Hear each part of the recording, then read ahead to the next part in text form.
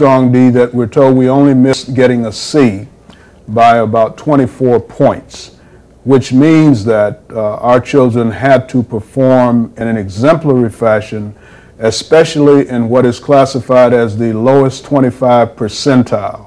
That is what the system would describe as our worst students, or the 25% of our students who are categorized as being the worst students. But within that group, their improvement over where they were when they arrived at our school was so substantial that it was rated high across the state. Frankly speaking, I was a little disappointed. I thought that we were even better than that. So I just know the capabilities of our children, and my expectations are high. School administrators say there is a direct correlation between the school's African-centered curriculum and the children's academic improvements. That's really the first stage of education. A lot of times we just want to give them the intellectual, but emotionally we have to make the student feel secure at home, that what he's learning has something to do, has a relevance to him and his collective environment. In this case, his African past, his African presence.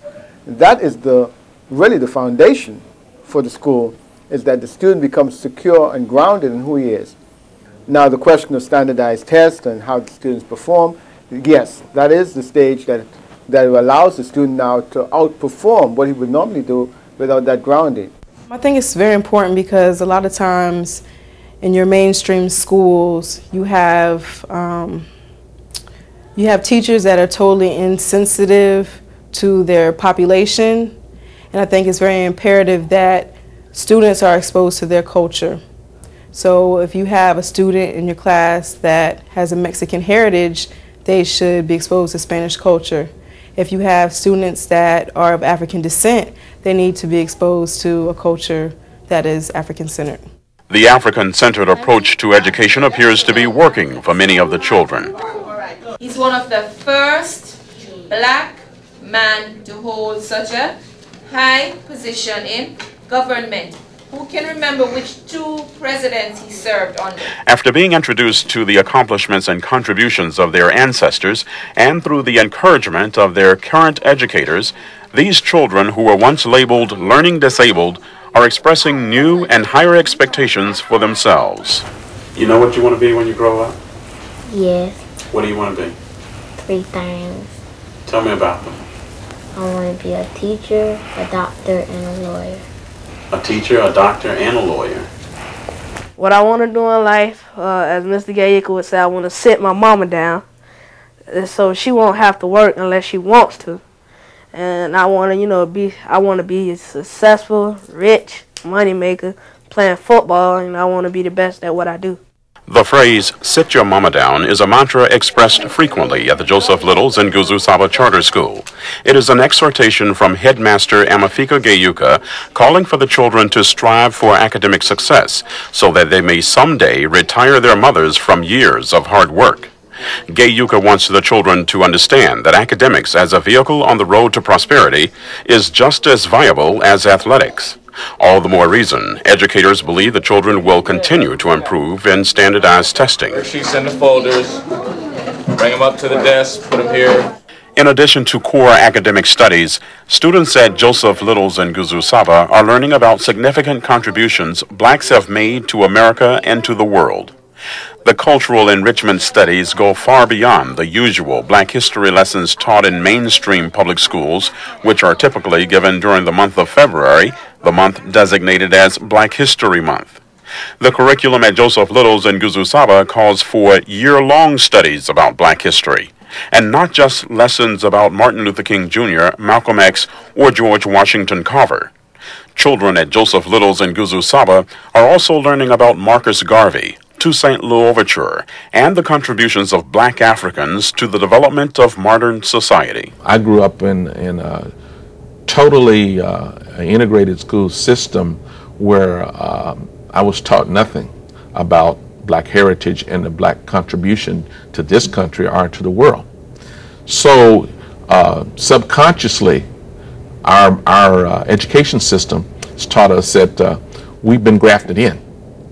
Not that we were contributors long before there was a United States of America, long before there was a European society, that the contributions of the African continent were the bedrock of Western culture, period. When we were in school, all we learned about was the slavery part of it, how black people came from slavery to civil rights and all of that stuff. They don't teach us, and it really, I think that it doesn't teach us about being proud. It actually teaches us to be ashamed of who we are, because they're like, oh my God, slavery.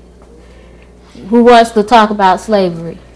You have to understand, black children need to understand that black people invented mathematics, that they're still trying to figure out how the pyramids are put together, and contrary to what we see on many documentaries, that the builders of these people were dark-skinned people.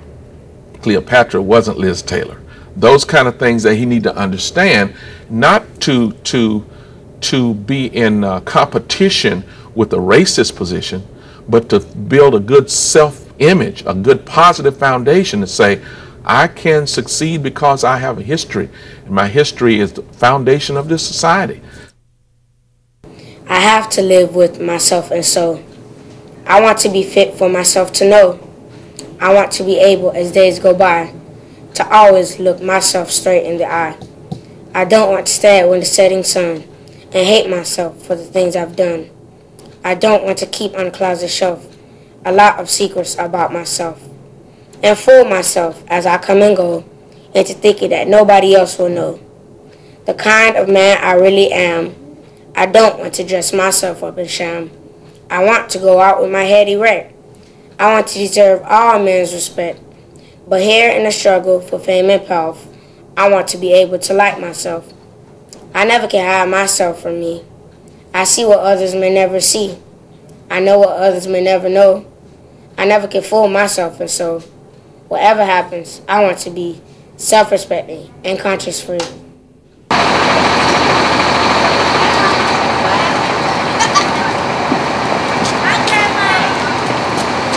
If you don't see it with your own eyes, you might not ever believe it.